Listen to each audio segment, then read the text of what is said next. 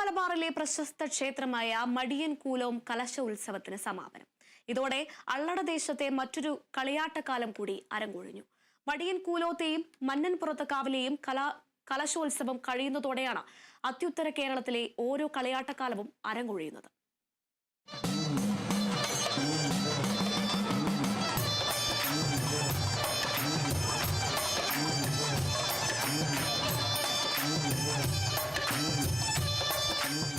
ആയിരക്കണക്കിന് ഭക്തജനങ്ങൾക്ക് ആയുഷ്കാലത്തിന്റെ ആത്മസായുജ്യം പകർന്നുകൊണ്ടാണ് ഇത്തവണയും മടിയൻകുലോം ക്ഷേത്രപാലക ക്ഷേത്രത്തിലെ കലശോത്സവം അരങ്ങൊഴിഞ്ഞത്.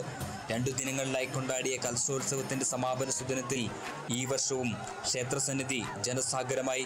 പുറത്തെ കലശമെന്നറിയപ്പെടുന്ന 2ാം ദിനത്തിന്റെ പകലിൽ ഇക്കുറിയും ക്ഷേത്രപാലകനീശ്വരനും കാളരാത്രി അമ്മയും നടയിൽ ഭഗവതിയും അരങ്ങിലെത്തി ഭക്തർക്ക് മഞ്ഞൾക്കുറി നൽകി അനുഗ്രഹം ചൊരിഞ്ഞു.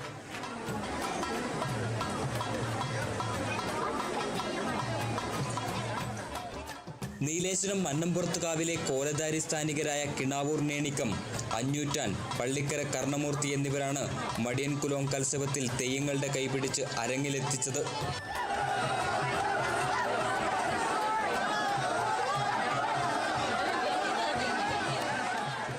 മടിയൻകുലത്തെയും മന്നംപുറത്ത് കാവിലത്തെയും കലശോത്സവം കഴിയുന്നതോടെയാണ് അത്യുത്തര കേരളത്തിലെ ഓരോ കളിയാട്ടക്കാലവും അരങ്ങൊഴിയുന്നത്. Kerala vision news, Kasaragod.